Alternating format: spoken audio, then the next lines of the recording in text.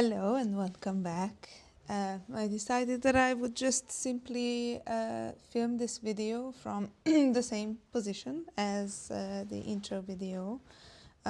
We are talking about my big leap year, and in all fairness, on the day when I'm recording this video, I'm already at day 8.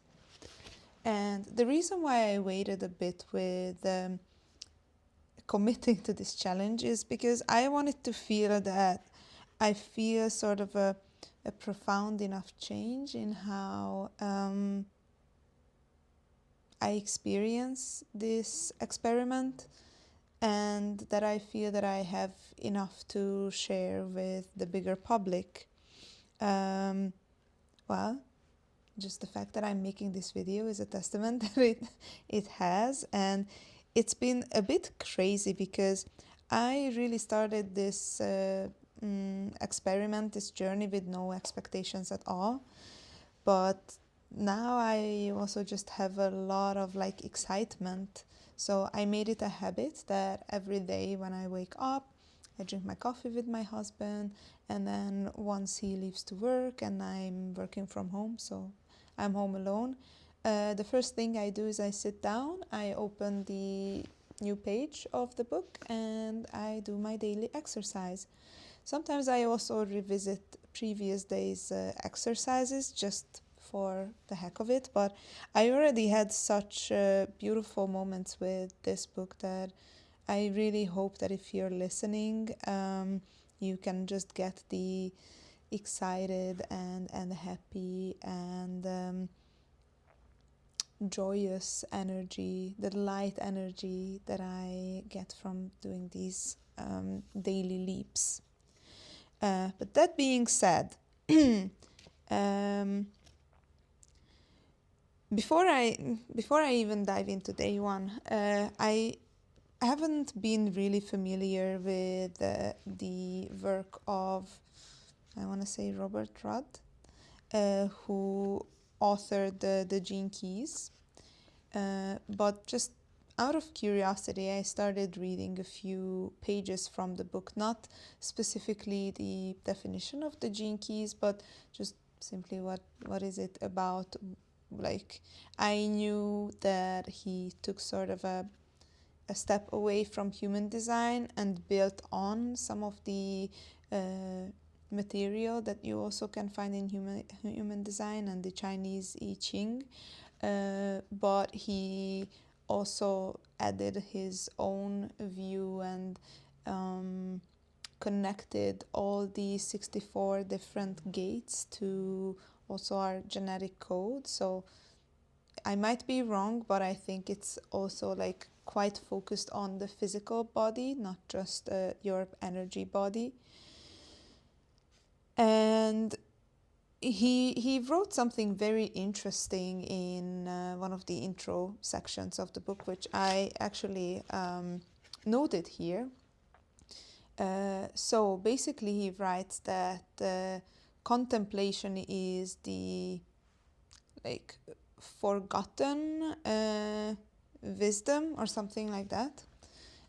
So basically he says there are 3 classic paths to truth, and one of them is concentration. So for example, when you do yoga, you focus on different movements and you're breathing into the tension in your body, and that's a very active, effortful way of focusing. He also says that it's an activity where you use your brain's left hemisphere very heavily. Meditation, on the other hand, is a very passive path to truth or enlightenment, where you use the right hemisphere of your brain and focus on forms, thoughts, and feelings. And he added that contemplation is something that's a playful activity. It's active but not forced, and biologically it's happening in the corpus callosum, which apparently is the part in your brain that unites the left and right hemispheres. And it was a really profound thing for me to read, because I have done my fair share of meditation exercises. I also know that when I'm actively doing something, I can like zone out or zoom out and get into a meditative state while being very active and focused and concentrated. But the word contemplation, I believe, has now gained a new definition in my head, and I think it's just very interesting to share. And what I felt is that so far I'm on day 8, as I said, of this exercise, and so far it's all been about contemplation. So also probably it's not a coincidence that Gene Keys is basically about your genius. Gene and genius, the two words have a connection, and the premise of the Big Leap Year is to discover your genius. So I don't know, maybe I'm reading into things, maybe I've not checked many interviews with Gay Hendricks. Maybe this is something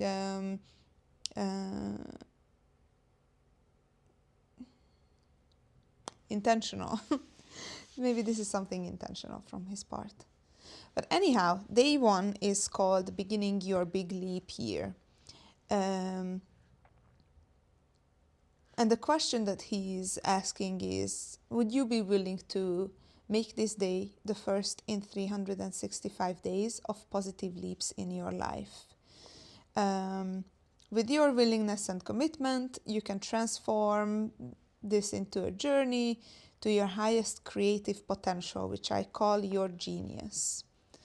Reading these lines for me, and again, I'm studying human design, I'm trying to make sense of it, trying to get my own understanding, my own take of all the principal knowledge that's presented to us.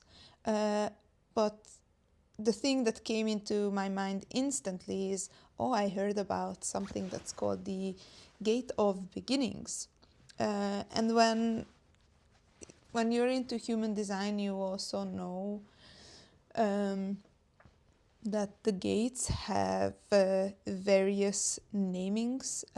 There is, of course, the OG that was transmitted into or through Rauruhu and is in this black book, but it's a bit abstract, hard to understand, hard to grasp.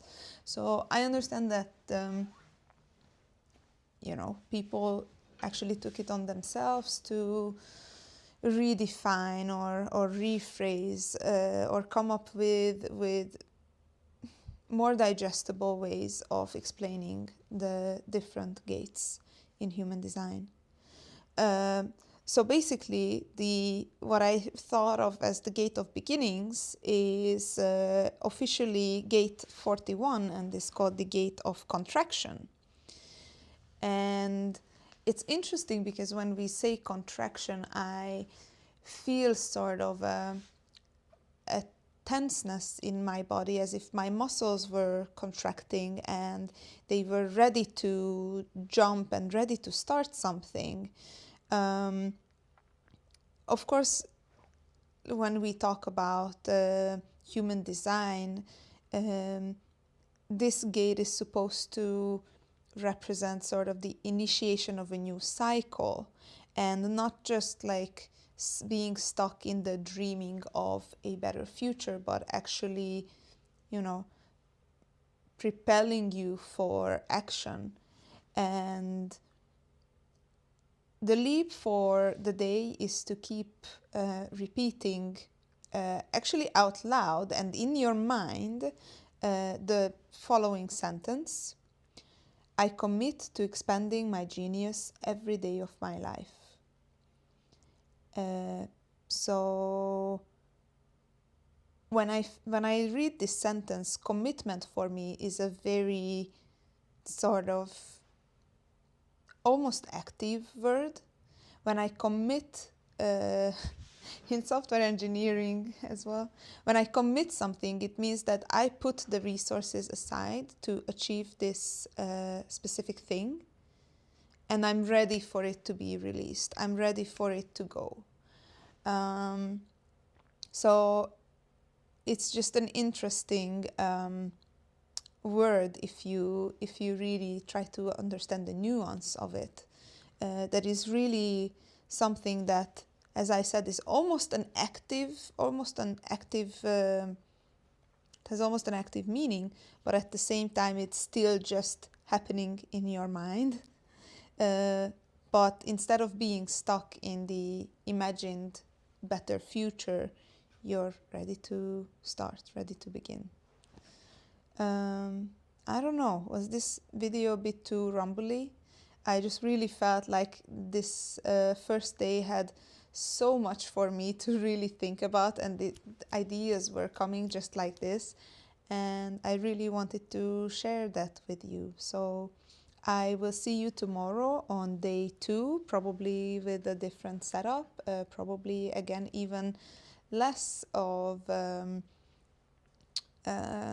pretty edited video, but I hope that doesn't discourage you from watching it and continuing the journey with me. Thank you, and see you tomorrow.